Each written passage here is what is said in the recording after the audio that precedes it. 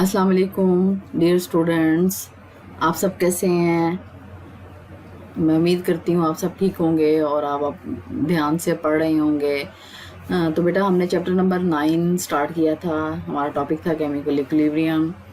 तो पिछले लेक्चर में हमने पढ़ा था law of mass action.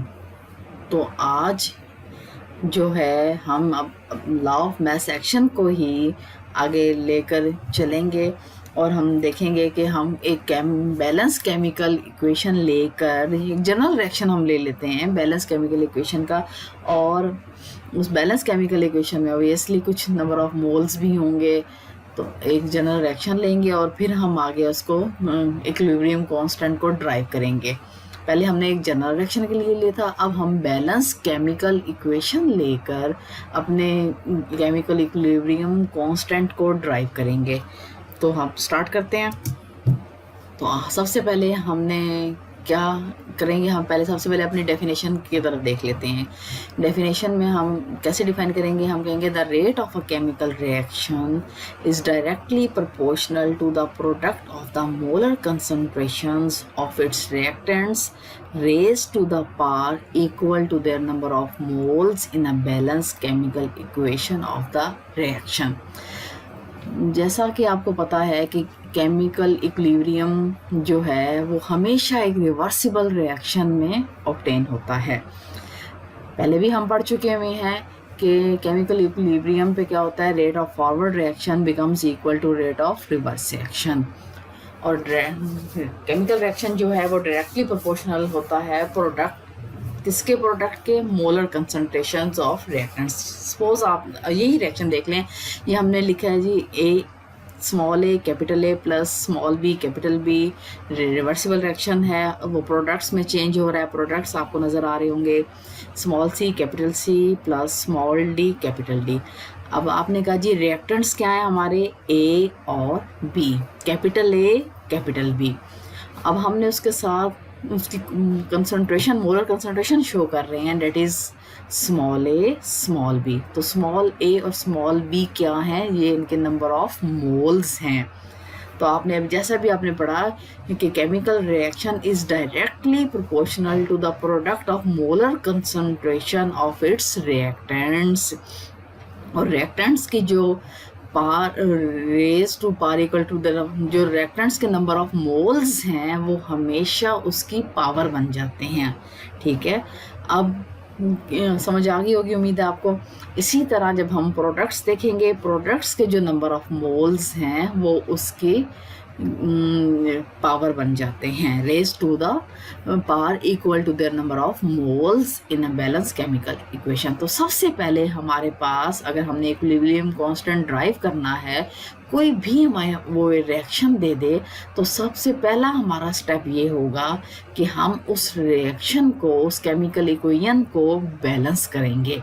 Balance करने के बाद जो भी रिएक्टेंट के साथ हम नंबर राइट करते हैं वो उसके नंबर ऑफ मोल्स होते हैं। जैसे अब यहाँ ए के साथ ए स्मॉल ए राइट किया तो ये इसका नंबर ऑफ मोल है। जब हमने इसकी मोलर कंसंट्रेशन राइट करनी है तो हम ए के इर्द गिर्द ब्रैकेट लगा देंगे और स्मॉल ए उसकी पावर बन जाएगा। तो आपने कहा जी ये हमने इसको मोलर कंसंट्रेशन को राइट करने का तरीका सीख लिया। क्लियर। तो नेक्स्ट अब हम आ गए हैं कि हम कैसे प्रूव करेंगे, show the proof for the general reaction. कोई भी हम जनरल रिएक्शन, अभी हमने पीछे देखा, हमने एक जनरल रिएक्शन ले लिया कि small A capital A plus small B capital B, ये हमारे रिएक्टेंट्स थे। और जब हमारा रिवर्सिबल रिएक्शन प्रोसीड हुआ तो प्रोडक्ट्स हमारे पास आ गए, that is C and D. तो आप जैसा कि आप सब जानते हैं कि reversible reaction has two steps, forward reaction and reverse reaction. तो अब हमने जनरल रिएक्शन का प्रूफ देना है, तो सबसे पहले हम कहेंगे for forward reaction. Forward reaction के लिए आपने कहा जी ए और बी जो हैं वो हमारे रिएक्टेंट्स हैं।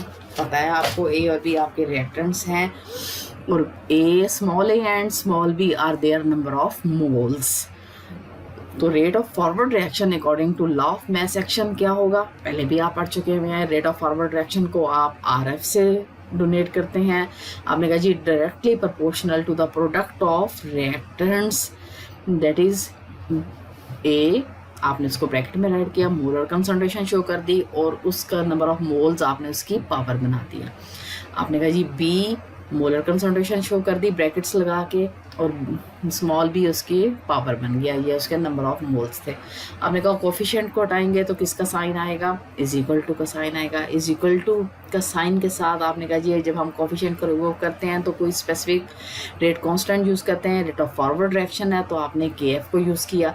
आपने कहा rate of forward reaction is equal to K F into A into B, और के एफ क्या है, ये रेट कांस्टेंट है फॉर द फॉरवर्ड रिएक्शन।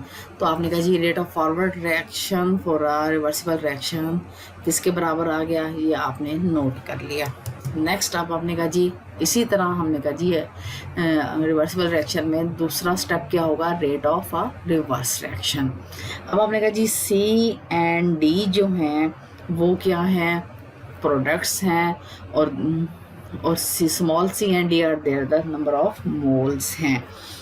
और फिर हम इसको ऐसे भी कह सकते हैं कि see the rate of reverse reaction R R is directly proportional to the product of C and D where C small C and D are the number of moles as given in the balance chemical equation, जो आपको equation मैंने शुरू में दिखाई थी। फिर आपने कहा जी rate of reverse reaction according to the law of mass action, उसी तरह आपने इसको कहा जी R R is directly proportional to the product of C into D. फिर आपने कहा जी प्रोपोर्शनैलिटी का साइन आ गया, इसको रिमूव करेंगे तो कांस्टेंट यूज़ करेंगे। अब ये रिवर्स रिएक्शन है तो हमने के आर को यूज़ किया, that is specific rate constant for the reverse reaction. तो आपने कहा जी R rate of reverse reaction is equal to specific rate constant that is K R into C into D. अब आपने कहा जी एक रिवर्सिबल रिएक्शन है तो ऑब्वियसली एक पॉइंट आएगा जब rate of forward reaction becomes equal to the rate of reverse reaction. तो आपने कहा आर एफ किसके बराबर हो जाएगा, आर आर के। R F is equal to R R, ये हमें क्या शो करता है, ये शो करता है कि rate of forward reaction is equal to the rate of reverse reaction at equilibrium. अब आपने कहा जी हम पीछे क्या कर चुके हुए हैं, हम पीछे आर एफ की वैल्यू भी निकाल चुके हुए हैं और आर आर की वैल्यू भी निकाल चुके हैं। अब हमने क्या किया, अब हमने दोनों की वैल्यूज़ जो हैं उनकी जगह पे सब्स्टिट्यूट कर दी।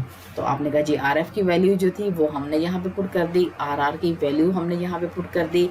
फिर हमने कहा जी हमारी जो इक्वेशन है उसमें कुछ हमारे पास वेरिएबल्स हैं और कुछ हमारे पास कांस्टेंट हैं। अब कांस्टेंट कौन से हैं, आपने कहा के एफ और के आर दे आर कांस्टेंट, और A B C D they are variables because they are molar concentrations. और किसी भी इक्वेशन में कोई जो जिस depending upon your reaction molar concentration can be changed, तब्दील हो सकती है। और जबकि आपने कहा जी कांस्टेंट जो है वो हमेशा एक फिक्स रहते हैं। तो आपने क्या कहा जी, आपने कहा जी वेरिएबल्स को हम एक साइड पे कर लेते हैं इक्वेशन के और कांस्टेंट को हम जी दूसरी साइड पे कर लेते हैं। तो आपने कांस्टेंट जो है आपने लेफ्ट साइड पे कर लिए, आपने कहा जी के F over K R is equal to किसके बराबर आ गया। अब के आर आपका इधर चला गया, यहाँ पे आपके पास क्या रह गया, आपके पास रह गया सी इंटू डी। तो आपने कहा जी और वो इधर चला गया, इसलिए क्रॉस मल्टीप्लिकेशन हो रही है तो a इंटू बी आपका राइट साइड पे आ गया। तो आपकी इस वैल्यूज़ ने ये आपके पास इस फॉर्म में ये इक्वेशन आ गई। अब आपने कहा K F over K R is equal to C into D divided by A into B. As you know हम पहले भी प्रूव कर चुके हुए हैं कि K F over K R is equal to equilibrium constant that is known as K C. तो आपने कहा जी ये हमारी जो राइट साइड की जो वैल्यू है वो आप किसके बराबर आ गई है, वो के सी के बराबर आ गई है। तो K C is equal to C into D divided by A into B that is known as equilibrium constant. तो हमने इक्विलिब्रियम कांस्टेंट का एक्सप्रेशन ड्राइव कर लिया for a balance chemical equation. तो आपने कहा जी जब भी हमने इक्विलिब्रियम कांस्टेंट का एक्सप्रेशन राइट करना है तो प्रोडक्ट्स जो हैं वो हमारे हमेशा ऊपर आएंगे और जो हमारे रिएक्टेंट्स होंगे वो हमेशा नीचे। फ्रैक्शन के ऊपर जाएंगे और फ्रैक्शन के नीचे आएंगे। क्या चीज़ ऊपर होगी? वो हमेशा प्रोडक्ट्स होंगे, और जो चीज़ नीचे होगी वो हमेशा रिएक्टेंट्स होंगे। तो केसी आपने कहा जी हमने ड्राइव कर लिया। केसी क्या है? केसी है जी chemical equilibrium constant for a balance chemical equation. तो ये हमारा आज का काम, ये आपका एक हिस्सा, जैसे हमने अभी शुरू किया काम अपना, तो आपने कहा जी एक हिस्सा हमारा डन हो गया। ठीक है बच्चों, अब आपने यूँ करना है, आपने इस एक डेरिवेशन को अपने हाथ से बार बार रिपीट करना है। एक या दो दफ़ा में इंशाल्लाह ताला आपको ये अच्छी तरह से याद हो जाएगा, फिर कोई मिस्टेक का चांस नहीं होगा। तो अब हमने कहा जी अब हम क्या करेंगे, अब हम कुछ इसकी एग्जांपल्स कर लेते हैं। ठीक है, अब हमने कहा जी केमिकल इक्विलिब्रियम कांस्टेंट का जो एक्सप्रेशन हमने ड्राइव किया है, अगर ये हमारे पास लॉन्ग क्वेश्चन आ जाए, वो कहे जी define law of mass action और derive a general expression for a general reaction and also give examples. अगर हमारे पास ये 5 मार्क्स का लॉन्ग क्वेश्चन आ जाता है, तो सबसे पहले हम क्या करते हैं, हम लॉ ऑफ मास एक्शन को डिफाइन करते हैं, फिर हम उसकी डेरिवेशन राइट करते हैं, ड्राइव करते हैं उसको एक बैलेंस केमिकल इक्वेशन के ज़रिए, जैसे अभी हमने किया। फिर डेरिवेशन कर ली, फिर उसके बाद हम एक या दो एग्जांपल्स, इसकी जर्नल एग्जांपल्स जो है हम उसको एग्जांपल्स कोड कर देते हैं। तो हमारा ये लॉन्ग क्वेश्चन 5 मार्क्स के लिए रेडी है। तो ठीक है, अब हमने पहले एग्जांपल, आप कोई भी एग्जांपल ले सकते हैं, कोई भी आप एग्जांपल, एक रिवर्सिबल रिएक्शन ले लें, रिएक्टेंट्स और प्रोडक्ट्स को मेंशन कर दें, और उसके बाद आप अपने क्या करेंगे, एग्जांपल्स राइट कर सकते हैं। अब इस सेम वे जैसे मैंने ये एग्जांपल, किसकी मोस्ट कॉमन एग्जांपल मैंने वाटर की फॉर्मेशन के लिए है। अब आपको पता है जब कि hydrogen reacts with oxygen to form water, reversible reaction takes place, और क्या होगा, आपने कहा जी ये हाइड्रोजन है, ऑक्सीजन है, रिएक्शन प्रोसीड होता है और वाटर हमारे पास प्रोड्यूस होता है। आपने कहा जी हाइड्रोजन और ऑक्सीजन रिएक्टेंट्स हैं और वाटर क्या है, प्रोडक्ट है। तो फिर हमने इक्विलिब्रियम कांस्टेंट का एक्सप्रेशन राइट करना है, तो कैसे राइट करेंगे, हम कहेंगे Kc इज इक्वल टू, हमने क्या सोचा था सबसे पहले कि प्रोडक्ट्स ऊपर और रिएक्टेंट्स नीचे। तो आपने कहा जी वाटर जो है प्रोडक्ट है, तो आपने वाटर को ब्रैकेट में मोलर राइट कर दिया। आपने कहा जी ये मैंने इसकी मोलर कंसंट्रेशन ले ली। अब नोट क्या किया आपने, आपने कहा जी वाटर के साथ नंबर ऑफ मोल्स कितने हैं, ये नंबर ऑफ मोल्स 2 राइट किया हुआ है। तो आपने कहा जी 2 जो है ये इसकी पावर बन जाएगा। आपने वाटर को राइट किया और 2 उसकी पावर बना दिया कि नंबर ऑफ मोल्स जितने भी होंगे वो उस चीज़ की पावर, उस कंसंट्रेशन की पावर बन जाते हैं। फिर आपने कहा जी रिएक्टेंट्स हमेशा नीचे। अब रिएक्टेंट्स में हमारे पास क्या है, रिएक्टेंट में पहला हमारा रिएक्टेंट है हाइड्रोजन। आपने हाइड्रोजन को ही मोलर कंसंट्रेशन राइट कर ली। अब आपने देखा जी हाइड्रोजन के साथ भी नंबर ऑफ मोल्स हैं, कितने हैं, 2, वो आपने उसकी पावर बना दिया। अब आपने कहा जी दूसरा रिएक्टेंट क्या है, आपने कहा जी ऑक्सीजन है, मैंने ऑक्सीजन लिखा, उसको मोलर कंसंट्रेशन राइट कर ली। मोलर कंसंट्रेशन मींस मैंने उसके साथ ब्रैकेट्स लगा दी। अब मैंने देखा कि ऑक्सीजन के साथ कोई भी नंबर ऑफ मोल्स नहीं है। ऑब्वियसली अगर कुछ नहीं है तो ये 1 है, तो 1 अब मैं इसकी पावर राइट करूं या ना करूं तो उससे कोई फ़र्क नहीं पड़ता, इसलिए मैंने नंबर ऑफ मोल्स नहीं लगाए। तो आपने कहा जनाब अब बच्चे क्या मिस्टेक करते हैं वो देखें, आपको हाइड्रोजन और ऑक्सीजन के दरमियान में प्लस का साइन नज़र आ रहा है, वो यहाँ इसलिए मैंने वो उसको मल्टीप्लिकेशन के साइन से चेंज कर दिया है, आपको बताने के लिए कि हम हमेशा रिएक्टेंट्स का क्या लेते हैं, प्रोडक्ट लेते हैं। कभी भी हमने दरमियान में प्लस का साइन नहीं डालना। हमारे पास एक प्रोडक्ट हो, उससे ज़्यादा प्रोडक्ट्स हों, हमने दरमियान में प्लस का साइन नहीं डालना। प्रोडक्ट्स भी आपस में मल्टीप्लाई होते हैं, प्रोडक्ट्स भी आपस में एक दूसरे के साथ प्रोडक्ट होते हैं, और रिएक्टेंट्स भी एक दूसरे के साथ प्रोडक्ट होते हैं। प्रोडक्ट मीन्स कि वो एक दूसरे के साथ मल्टीप्लाई हो रहे हैं, आपने प्लस का साइन नहीं डालना। क्लियर? तो हम Kc राइट कर सकते हैं। अगर वो हमें सिर्फ एक शॉर्ट क्वेश्चन दे दे कि कोई भी आपको एग्जांपल राइट कर दे और उससे कहे जी आप इसका एक्सप्रेशन राइट करें, तो आप क्या करेंगे? सबसे पहले आप कहेंगे रेट ऑफ फॉरवर्ड रिएक्शन, तो आप rate of forward reaction right करेंगे। फिर आप कहेंगे रेट ऑफ रिवर्स रिएक्शन, फिर आप उसका के एफ निकालेंगे। तो आपको पता है के F over K R is equal to के सी। तो आप वो प्रोडक्ट जैसे हमने पीछे सारा उसको जैसे हमने पीछे देखेंगे सारा डिटेल में पढ़ा है, वहाँ से आप उसको राइट कर सकते हैं या आप उसको डायरेक्ट भी राइट कर सकते हैं, इसमें कोई प्रॉब्लम नहीं है। ठीक है, तो आपने एक एग्जांपल यहाँ से देख ली। अब हमने कहा जनाब ये अब हम कुछ एक और एग्जांपल कर लेते हैं। आपने कहा जी reaction between nitrogen and hydrogen to form ammonia, the equilibrium constant expression is. आपने कहा जी रिएक्शन क्या है? नाइट्रोजन प्लस हाइड्रोजन दोनों जब मिलते हैं तो हमारे पास अमोनिया बनती है। तो कैसे राइट करेंगे? KC is equal to products divided by reactants. तो अब आपने कहा जी प्रोडक्ट क्या है? हमारे पास प्रोडक्ट अमोनिया है। अमोनिया की हमने मोलर कंसंट्रेशन ले ली और नंबर ऑफ मोल्स जो हैं वो कितने हैं? 2, वो उसकी पावर बन गए। अब रिएक्टेंट्स में हमारे पास क्या है? नाइट्रोजन N2, हमने N2 की मोलर कंसंट्रेशन राइट कर दी, मल्टीप्लाई बाय 3 हाइड्रोजन है, हाइड्रोजन राइट किया, उसको मोलर कंसंट्रेशन ले ली और 3 जो है वो उसकी नंबर ऑफ मोल्स जो हैं वो उसकी पावर बन गए। ठीक हो गया? तो आपने कहा जी ये हमने केसी का एक्सप्रेशन राइट कर दिया। केसी मीन्स इक्विलिब्रियम कांस्टेंट। तो ये हमने एक और एग्जाम्पल पढ़ी। इसके अलावा आप कोई भी एग्जाम्पल इसमें कोट कर सकते हैं। आप फॉर्मेशन ऑफ नाइट्रस ऑक्साइड की भी बना सकते हैं। आपको जो एग्जांपल आसान लगती है आप इसमें कोड कर सकते हैं। अब इसके साथ साथ बेटा मैं आपको एक एक्सटर्नल वीडियो भी इसमें शो करूंगी जिसमें मैं आपको टेस्ट योरसेल्फ 9.2 जो है वो सॉल्व करके दिखाऊंगी।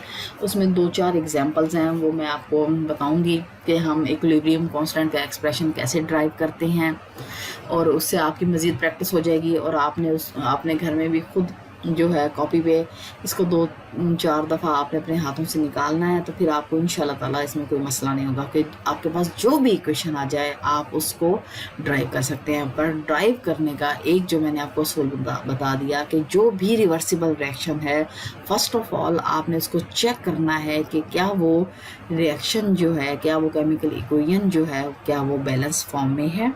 अगर वो बैलेंस फॉर्म में नहीं है तो सबसे पहला स्टेप आपने उसको बैलेंस करना है। फिर आपने अपने जहन में रख लेना है कि केसी हमेशा किसके बराबर होता है? प्रोडक्ट्स ऊपर, रिएक्टेंट्स नीचे। फिर आपके सामने जो इक्वेशन है उसमें रिएक्टेंट्स भी हैं, प्रोडक्ट्स भी हैं। मैं आपको पहले भी बता चुकी हुई थी कि प्रोडक्ट्स कहाँ होते हैं, रिएक्टेंट्स कहाँ होते हैं। तो फिर आपने प्रोडक्ट्स को ऊपर राइट कर देना है, रिएक्टेंट्स को नीचे।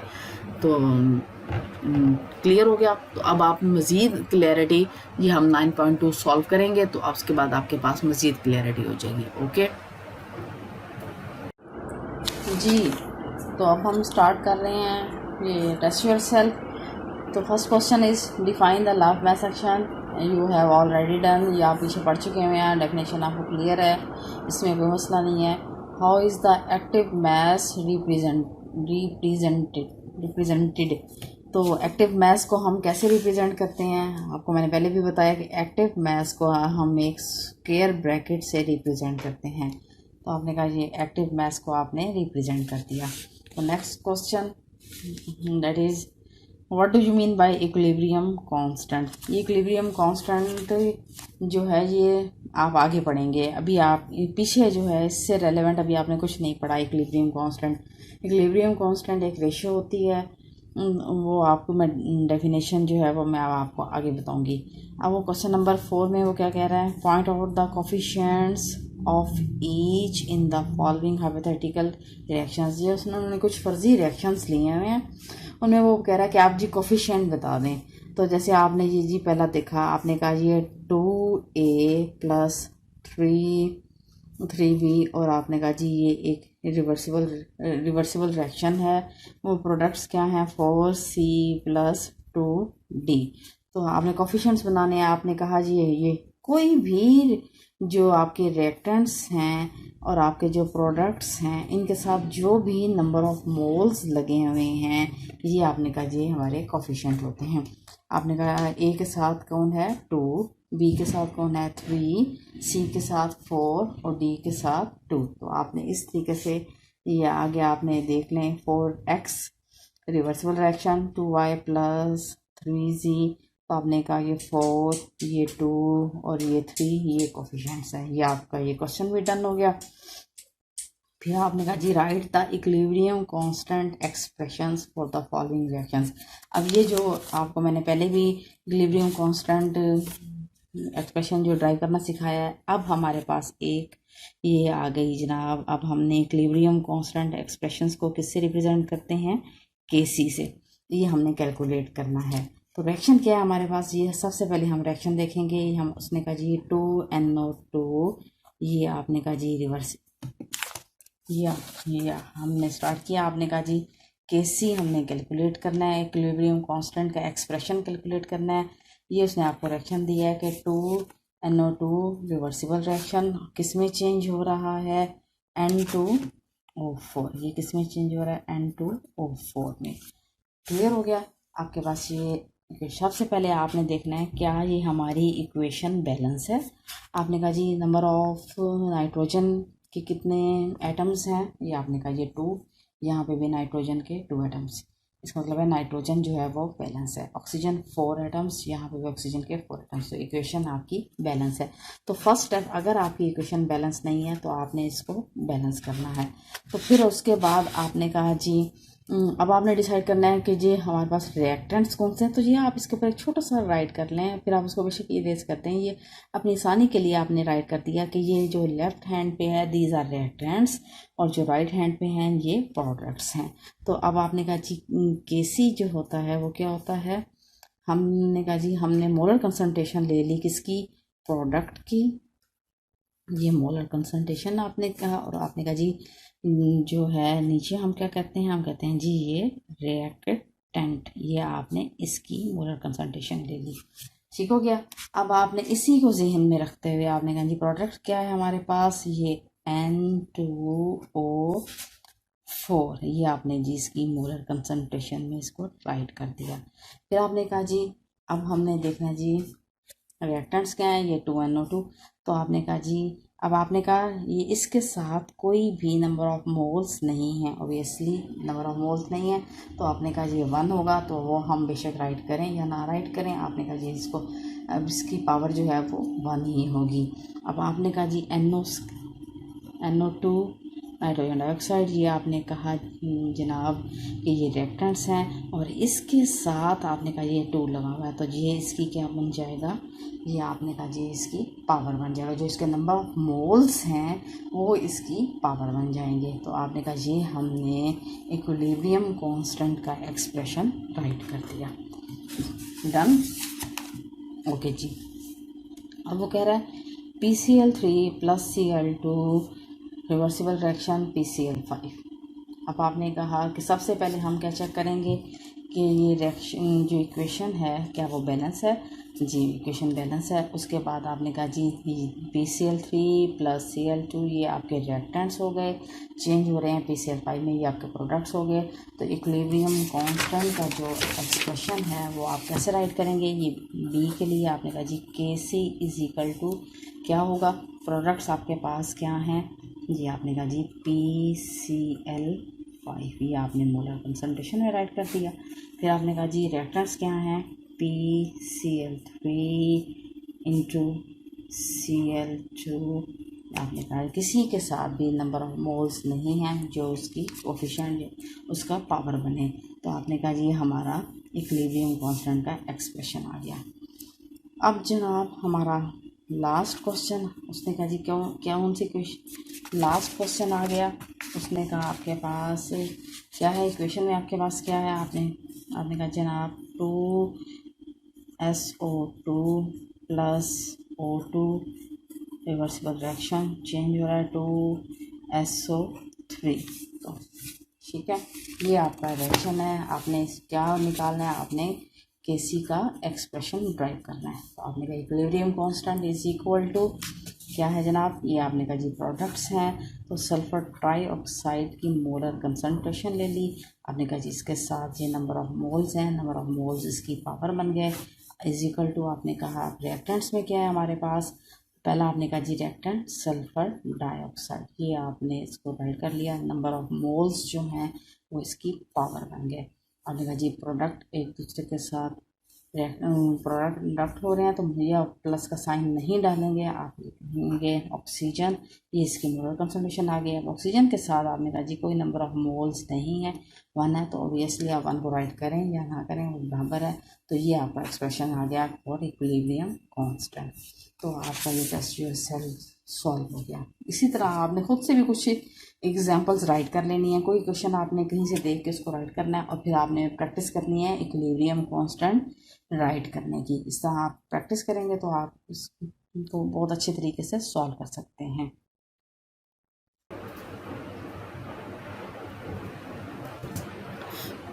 ओके जी, तो हम पढ़ रहे थे इक्विलिब्रियम कांस्टेंट, अब हमने उसको ड्राइव भी कर लिया, सब कुछ हो गया। तो अब आपने कहा जी उसके कुछ यूनिट्स भी होते हैं। तो equilibrium constant and it's units, उसको ड्राइव करने के लिए सबसे पहले हम क्या करेंगे, हम उसको डिफ़ाइन करेंगे। हम उसकी डेफिनेशन पे गौर करते हैं कि इक्विलिब्रियम कांस्टेंट क्या है। एक्चुअली ये एक रेशो है। रेशो किसके दरमियान, कंसंट्रेशन प्रोडक्ट्स की और कंसंट्रेशन रिएक्टेंट्स की।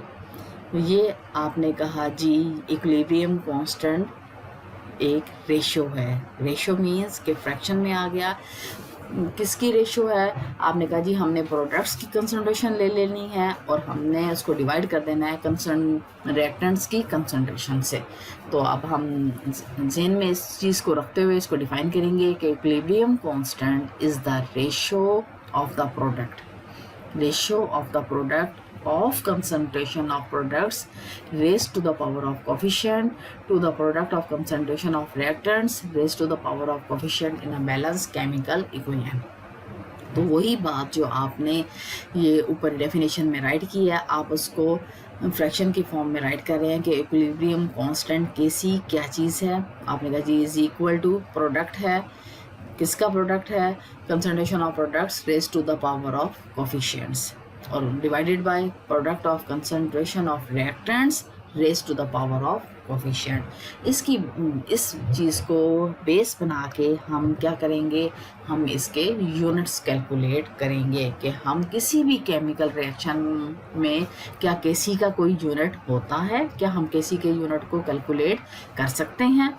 जैसे आपने शुरू में पढ़ा था जब हमने लॉ ऑफ मास एक्शन को स्टार्ट किया था, तो आपने कहा था कि जी हम इसको ब्रैकेट से रिप्रेजेंट करते हैं, that is known as molar concentration, और इसका एक यूनिट होता है डेट इज़ मोल पर डेसीमीटर क्यूब। ठीक है, तो अब हम देखते हैं कि कोई भी हम रिएक्शन ले लें तो हम उसे कैसे ड्राइव करेंगे। डेरिवेशन ऑफ इट्स यूनिट्स, तो आपने कहा जी कोई भी ऐसी इक्वेशन जिसमें नंबर ऑफ मोल्स जो हैं रिएक्टेंट्स के अगर बैलेंस हो जाएं नंबर ऑफ मोल्स प्रोडक्ट के साथ, तो आपने कहा ऐसी कोई भी रिएक्शन के लिए केसी का कोई यूनिट नहीं होता। समझ आई कैसे? आपने कहा जी ये हमारे पास एक इक्वेशन है जिसमें मैं हाइड्रोजन और आयोडीन एज अ रिएक्टेंट, जब ये रिएक्ट करते हैं तो मेरे पास हाइड्रोजन आयोडाइड बनती है। अब मैं देखूंगी कि हाइड्रोजन के नंबर ऑफ मोल्स कितने हैं। आपने कहा कोई नंबर साथ नहीं है तो ऑब्वियसली ये 1 है। ठीक है, number of moles of hydrogen 1। Iodine का कोई नंबर साथ नहीं है तो ऑब्वियसली कितने होंगे, 1। तो आपने कहा जी 1 हाइड्रोजन 1 मोल ऑफ आयोडीन, तो 1 + 1। आपने कहा जी रिएक्टेंट्स के टोटल नंबर ऑफ मोल्स कितने हो गए, 2 मोल्स हो गए। तो आपने कहा जी प्रोडक्ट्स के साथ हाइड्रोजन आयोडाइड के साथ एक नंबर राइट किया हुआ है डेट इज़ 2। तो आपने कहा जी प्रोडक्ट्स के नंबर ऑफ मोल्स कितने हो गए, ये 2। तो आपने कहा जी रिएक्टेंट के मोल्स इक्वल हो गए प्रोडक्ट्स के मोल्स के। तो फिर हमने जी केसी का एक्सप्रेशन राइट कर लिया। आपने कहा जी KC is equal to molar concentration of products divided by molar concentration of reactants. तो प्रोडक्ट में आपके पास क्या था, हाइड्रोजन आयोडाइड। आपने कहा जी नंबर ऑफ मोल्स क्या बन गए, इसकी पावर बन गए। अब आपने कहा जी रिएक्टेंट्स को देख लेते हैं। हाइड्रोजन मोलर कंसंट्रेशन राइट कर दी, प्रोडक्ट ऑफ मल्टीप्लाई कर लें, प्रोडक्ट कर लें किसके साथ, आयोडीन के साथ। आयोडीन को हमने मोलर कंसंट्रेशन की फॉर्म में राइट कर दिया। तो अब हमने इसकी जगह पे इनके यूनिट्स लगा दी। हाइड्रोजन आयोडाइड का आपने कहा जी मोल पर डेसीमीटर क्यूब, तो आपने कहा स्क्वायर है तो हम स्क्वायर ले लेंगे। हाइड्रोजन का मोल पर डेसीमीटर क्यूब, आयोडीन का मोल पर डेसीमीटर क्यूब, तो आपने कहा जी ये सब एक दूसरे के साथ कट गए। तो ऑब्वियसली इस रिएक्शन में Kc का कोई यूनिट नहीं है। क्यों नहीं है? इसलिए कि आपने कहा कि नंबर ऑफ मोल्स जो हैं रिएक्टेंट्स के वो इक्वल हैं प्रोडक्ट्स के। तो आपके पास एक शॉर्ट क्वेश्चन यहाँ से भी आ सकता है कि आप कोई भी ऐसा रिएक्शन ड्राइव करके दिखाएं या इसको प्रूव करके दिखाएं कि Kc has no unit in a reaction. तो आप क्या करेंगे, आप कोई भी ऐसी एग्जांपल ले सकते हैं जिसमें नंबर ऑफ मोल्स इक्वल हों, किसके, रिएक्टेंट्स के और प्रोडक्ट्स के। ठीक है। अब इसी तरह हम एक एक्सटर्नल वीडियो यूज़ करेंगे और जैसे आपने यहाँ पे देखा कि एक हमने इक्वेशन राइट की और उसमें से केमिकल इक्विलिब्रियम कांस्टेंट के कोई यूनिट्स नहीं निकल रहे।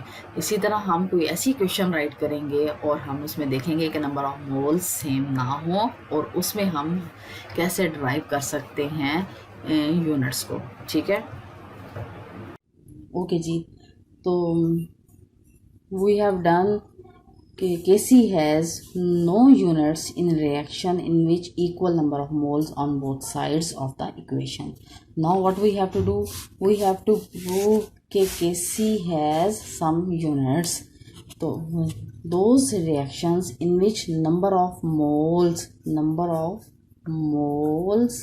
are not equal on both sides of the reaction. ये अगर आपका एक रिएक्शन हो रहा है, यहाँ पे रिएक्टेंट्स हैं, यहाँ पे आपका प्रोडक्ट है।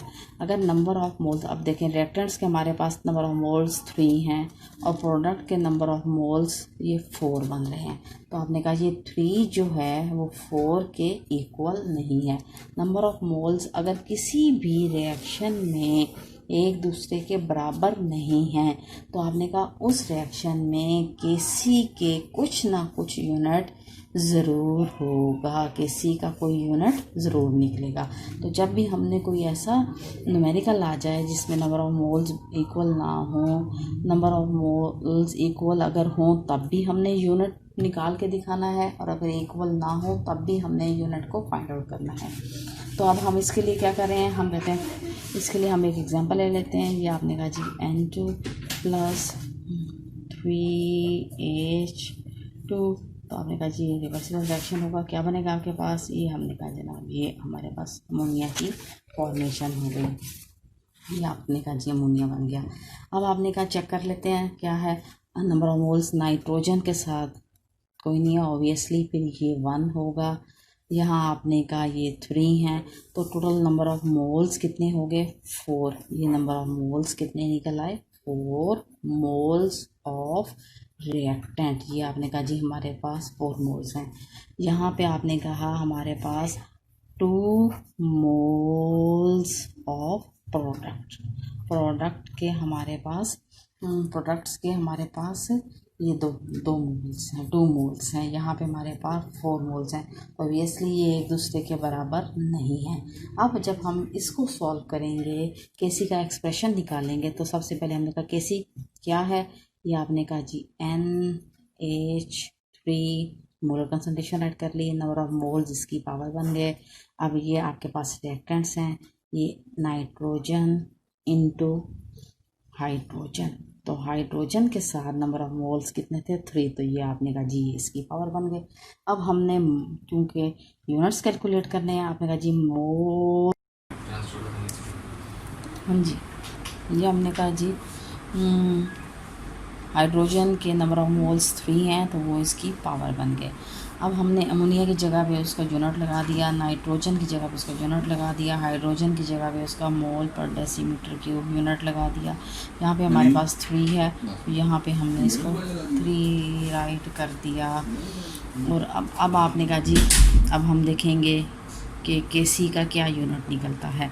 हमने कहा ये Kc जो है यहाँ पे स्क्वायर है, यहाँ पे क्यूब है। इसका मतलब है ये हमारे स्क्वायर जो है, इससे अगर हम इसको कट करते हैं तो हमारे पास एक वैल्यू बच जाती है। तो हमारे पास क्या बच जाएगा, हम कहेंगे 1/, मोल पर डेसीमीटर क्यूब इंटू मोल पर डेसीमीटर क्यूब। तो ये किसके बराबर हो जाएगा, ये आएगा 1/, मोल इंटू मोल का ये आप ये ऐसे कर लें या आप इसको डायरेक्ट कर लें, मोल पर डेसीमीटर क्यूब का आपने कहा जी ये हमारे पास स्क्वायर रूट आ गया। स्क्वायर रूट कैसे, आपने कहा जी ये इसके साथ मल्टीप्लाई होगा, तो ये हमारे पास इसका स्क्वायर रूट आ गया। अब हमने कहा जी हम इसको सॉल्व करेंगे तो क्या बचेगा, ये वैल्यूज़ हमारे पास नीचे हैं, इक्वेशन के ऊपर जाएंगी तो क्या बन जाएगा, ये हमारा मोल का स्क्वायर है तो मोल -2, ये 2 3 6 -6 है तो ये डेसीमीटर का ये 6 हो जाएगा। ये ऐसे करके आपने इसको सॉल्व कर लिया।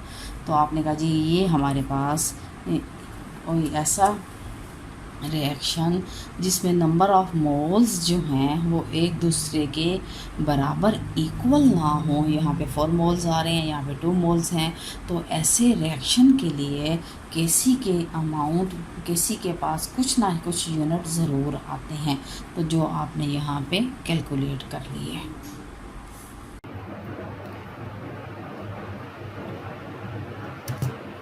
ओके जी, तो और last topic is importance of equilibrium constant. कि इक्विलिब्रियम कांस्टेंट जो हम इतना इस पे ज़ोर दे रहे हैं, तो आखिर इसकी क्या इम्पोर्टेंस है, हम इससे कोई भी हमारा रिएक्शन जो प्रोसीड हो रहा है उससे का इक्विलिब्रियम कांस्टेंट का उस पर क्या इफ़ेक्ट होता है, आप उससे क्या चीज़ कैलकुलेट कर सकते हैं। तो वो कहता है कि अगर हमें knowing the value numerical value of equilibrium constant of a chemical reaction, so we can predict the direction and extent of a reaction. We can calculate the direction and extent of a reaction by knowing the numerical value of equilibrium constant. So for this we can also use an external video, and with the help of this we can calculate the numerical value of equilibrium constant. Okay जी, तो पिछले video में आपने देखा importance of equilibrium constant. तो importance का ये कभी कभी लॉन्ग क्वेश्चन डायरेक्ट ऐसे आ जाता है कि what is the importance of equilibrium constant. तो हमने 2 तरीक़ों से इसको डिफ़ाइन करना है, पूरा एक्सप्लेन करना है कि predicting direction of a reaction और predicting extent of a reaction, ये सब कुछ आपने राइट करना है अगर ये लॉन्ग क्वेश्चन आ जाए। अब हम कर रहे हैं, सबसे पहले हमने कहा जी extent direction, predicting direction of a reaction, ये हम कैसे कैलकुलेट करते हैं। तो आपने कहा direction of reaction at a particular moment can be predicted by inserting the concentration of the reactants and products at that particular moment in the equilibrium constant expression. तो इसका क्या मतलब है, इसका मतलब है कि कोई भी रिएक्शन, यही अगर उसने आपको कहा कि ये आपके हाइड्रोजन और आयोडीन, ये आपका रिएक्शन चल रहा है और ये आपने कहा जी हाइड्रोजन आयोडाइड की फॉर्मेशन हो गई, उसने कहा कि आपके पास क्या है, रिएक्टेंट्स हैं, रिएक्टेंट्स चेंज हो रहे हैं प्रोडक्ट्स में, तो आपके पास एक एक्सप्रेशन होता है that is known as equilibrium constant. उस एक्सप्रेशन को आप अगर किसी भी पर्टिकुलर मोमेंट पे, किसी भी टाइम पे अगर आपने रिएक्शन प्रोसीड होने के थोड़ी देर के बाद आपने चेक करना है कि अब हमारे पास रिएक्शन मिक्सचर में कितने रिएक्टेंट्स हैं और कितने प्रोडक्ट्स, वो रिएक्टेंट्स कितने प्रोडक्ट्स में चेंज हो चुका हुआ है, तो आप क्या करते हैं, आप अपने जो वो क्या कहते हैं सैंपल को अपने रिएक्शन मिक्सचर में से सैंपल को विड्रॉ कर लेते हैं और आप उस कंसंट्रेशन के साथ, ये देखें जैसे मैंने ये हाइड्रोजन की मोलर कंसंट्रेशन ले ली और उसके साथ मैंने सबस्क्रिप्ट में ये टी राइट कर दिया।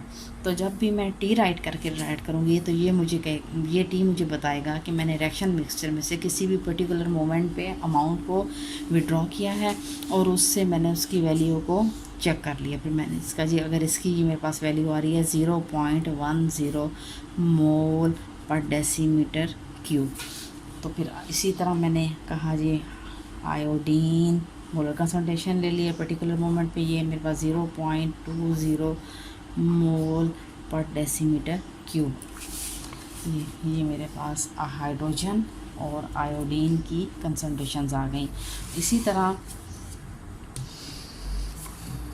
तरह आपने कहा जी ये आपने कहा जी ये प्रोडक्ट है हाइड्रोजन आयोडाइड, इसकी भी मैं हाइड्रोजन आयोडाइड इसकी मोलर कंसंट्रेशन पर्टिकुलर मोमेंट पे ले लेती हूँ। और मैंने कहा जनाब इसकी जो है 0.40 मोल पर डेसीमीटर क्यूब, ये मैंने कहा जी ये इसकी कंसंट्रेशन आ गई है। अब मैंने कहा कि मैं इस वैल्यूज़ को इक्विलिब्रियम कांस्टेंट के एक्सप्रेशन में पुट कर दूँगी। जब भी मैं किसी भी पर्टिकुलर मोमेंट पे इक्विलिब्रियम कांस्टेंट के एक्सप्रेशन में वैल्यूज़ पुट करती हूँ तो केसी को हम चेंज कर देते हैं क्यूसी से। केसी को हमने चेंज कर दिया क्यूसी से, तो Q C is known as reaction quotient. तो the subscript T with the concentration symbols means that the concentration are measured at some time T, not necessarily at equilibrium. When we put these concentration into the equilibrium constant expressions, we obtain a value called the reaction quotient. तो आपने कहा जी वो केसी किससे change हो गया QC से, क्योंकि हम अब इक्विलिब्रियम कांस्टेंट पे या उससे पहले या उसके बाद किसी भी मोमेंट पे एक पर्टिकुलर टाइम पे रिएक्शन मिक्सचर में से अपने रिएक्टेंट्स और प्रोडक्ट्स की थोड़ी थोड़ी अमाउंट लेके उसको चेक कर लेते हैं, तो वो इक्विलिब्रियम कांस्टेंट का एक्सप्रेशन चेंज हो जाता है रिएक्शन कोशेंट से। और रिएक्शन कोशेंट को हम किससे रिप्रेजेंट करते हैं क्यूसी से। तो अब आपने कहा क्यूसी किसके बराबर है, आपने कहा जी ये हमारा ये HI, ये आपने कहा molar concentration subscript i number of moles जो हैं इसके नंबर ऑफ मोल्स आपने कहा 7.2, तो ये इसकी पावर बन गए। आपने कहा ये हाइड्रोजन, ये मैंने इसकी मोलर कंसंट्रेशन ले ली इनटू आयोडीन, ये मैंने कहा जी आयोडीन। ये दोनों के साथ चूँकि नंबर ऑफ मोल्स नहीं है तो इन दोनों की कोई पावर नहीं है। अब ये आपने इक्विलिब्रियम कांस्टेंट के एक्सप्रेशंस में ये वैल्यूज़ पुट कर दी। अब इन सब की आपके पास कुछ वैल्यूज़ हैं, ये आपने कहा जी ये मेरे पास वैल्यूज़ हैं, मैं इनकी जगह ये वैल्यूज़ पुट कर दूँगी। आपने कहा हाइड्रोजन एनाइड्राइड 0.40, आपने कहा जी मोलर कंसंट्रेशन ये टी लगा के ये आपने कहा जी स्क्वायर रूट, ठीक हो गया। अब आपने कहा ये जनाब और ये हाइड्रोजन की क्या है, हाइड्रोजन अब वैल्यू के साथ ये आपने कहा हाइड्रोजन की 0.10 मोल पर डेसीमीटर क्यूब इनटू ये आपने कहा आयोडीन की 0.20 मोल पर डेसीमीटर क्यूब। ये आपने इसको सॉल्व कर लिया तो आपके पास वैल्यू क्या आ गई 8.0। तो आपने कहा जी reaction quotient at particular moment for this reaction is 8.0। तो अब आपने कहा जी हमारे पास कोशेंट भी आ गया और हमारे पास इक्विलिब्रियम कांस्टेंट की भी एक वैल्यू होती है जो हमने पूरे रिएक्शन के इक्विलिब्रियम पॉइंट पे आके उस वैल्यू को कैलकुलेट, एक हमारी न्यूमेरिकल वैल्यू होती है उसको हम इसके साथ कंपेयर कर लेते हैं। कंपेयर करने के बाद हम इसको बता सकते हैं कि रिएक्शन की डायरेक्शन जो है वो फॉरवर्ड है, रिवर्स है या वो इक्विलिब्रियम अटेन कर चुका हुआ है। तो किसी भी रिएक्शन के लिए पर उसकी डायरेक्शन की प्रेडिक्शन करने के लिए हमें क्या करना पड़ता है, हमें उसका कोशेंट को कैलकुलेट करना पड़ता है, रिएक्शन कोशेंट को कैलकुलेट करना पड़ता है। और रिएक्शन कोशेंट आप किसी भी पर्टिकुलर टाइम पे मिक्सचर में से निकाल के मटेरियल को आप उसको चेक कर सकते हैं और वही एक्सप्रेशन इक्विलिब्रियम कांस्टेंट वाले में पुट कर दें और वैल्यूज़ लगा के आप इसको कैलकुलेट कर दें। फिर आप क्यूसी को केसी के साथ कंपेयर कर लें तो फिर आप प्रेडिक्ट कर सकते हैं कि आपका रिएक्शन जो है वो फॉरवर्ड डायरेक्शन में जा रहा है कि रिवर्स डायरेक्शन में जा रहा है कि वो इक्विलिब्रियम अटेन कर चुका है। Okay, now we are starting predicting the direction of a reaction. So it is a very important short question कि how we can predict the direction of a reaction. As we already know, QC and KC. KC is equilibrium constant and QC is reaction quotient. So both values we can calculate and we can compare the values. Okay, so if the first situation is if QC is shorter than KC, what happened? तो क्या होगा? The reaction goes from, as we can see, reaction goes from left to right, that is in forward action. जो भी reaction है अगर वो left से right की तरफ जा रहा है, जैसे आपको एरो से भी नज़र आ रहा है कि ये लेफ्ट से राइट की तरफ जा रहा है, तो ऐसे रिएक्शन को हमेशा हम कहते हैं कि ये फॉरवर्ड डायरेक्शन में प्रोसीड कर रहा है. और फॉरवर्ड डायरेक्शन में जाएगा तो ऑब्वियसली ये अटेन केमिकल इक्विलिब्रियम करेगा. तो आपने कहा if QC is shorter than KC, तो क्या होगा? Reaction goes from left to right, that is in forward direction to attain chemical equilibrium. तो हम क्या कर सकते हैं? हम प्रेडिक्ट कर सकते हैं कि रिएक्शन की डायरेक्शन जो है वो फॉरवर्ड है. नाउ द सेकेंड ऑप्शन क्या होगा हमारे पास? If QC is greater than KC, तो it means reaction goes from right to left, as we can see from the arrow. अब क्या हुआ जी? अगर राइट से ये लेफ़्ट की तरफ जा रहा है तो that is a reverse reaction. तो इसकी डायरेक्शन क्या है? ये रिवर्स डायरेक्शन में है और ये केमिकल इक्विलिब्रियम को अटेन करेगा रिवर्स डायरेक्शन में जाके. और थर्ड ऑप्शन हमारे पास क्या होगा? If QC is equal to KC. अब आपने कहा जी QC किसके? KC के बराबर है. इसका मतलब है फॉरवर्ड और रिवर्स रिएक्शन जो टेक प्लेस कर रहे हैं उन दोनों का रेट जो है इक्वल है और रिएक्शन हमारा जो है वो इक्विलिब्रियम अटेन कर चुका है. आप देख रहे हैं ना, एरो से भी आपको नज़र आ रहा है कि KC की जो वैल्यू है वो QC के बराबर है. और आपने कहा जी जो रेट ऑफ फॉरवर्ड रिएक्शन है वो रेट ऑफ रिवर्स रिएक्शन के इक्वल आ चुका हुआ है. तो आपने कहा जी हमारा रिएक्शन जो है वो केमिकल इक्विलिब्रियम वो इक्विलिब्रियम जो है वो अटेन कर चुका हुआ है. तो इसके QC और KC को कंपेयर करके हम एक दूसरे के साथ इनकी डायरेक्शंस को देखते हैं कि फ्रॉम लेफ़्ट टू राइट है, राइट टू लेफ़्ट है, या वो इक्विलिब्रियम पे आ चुका हुआ है. तो हमें पता चल जाएगा उसकी डायरेक्शन क्या है. ठीक है, तो जनाब नेक्स्ट हमारे पास आ गया predicting extent of a reaction. Extent means कि हाउ मच जो रिएक्टेंट्स हैं they are used and converted into the products. तो numerical value of equilibrium constant predict the extent of a reaction. It indicates to which extent reactants are converted to products. In fact, it measures how far a reaction proceeds before establishing equilibrium states. तो extent of a reaction में हमने क्या करना है? हमने equilibrium value जो है KC की एक न्यूमेरिकल वैल्यू होती है, उससे हम अंदाज़ा लगा लेंगे कि रिएक्शन जो है हमारा कहाँ तक प्रोसीड हो चुका है. तो आपने कहा जी 3 पॉसिबिलिटीज़ होती हैं. फर्स्ट आपने कहा जी कि if KC has large numerical value, कि उसकी न्यूमेरिकल वैल्यू जो है बहुत ज़्यादा है. ऐसे रिएक्शंस जिनकी न्यूमेरिकल वैल्यू ज़्यादा होती है, जैसे आपको अब नज़र आ रहा है कि हमने एक रिएक्शन लिया that is carbon monoxide oxygen से रिएक्ट करती है और कार्बन डाइऑक्साइड की फॉर्मेशन हो जाती है.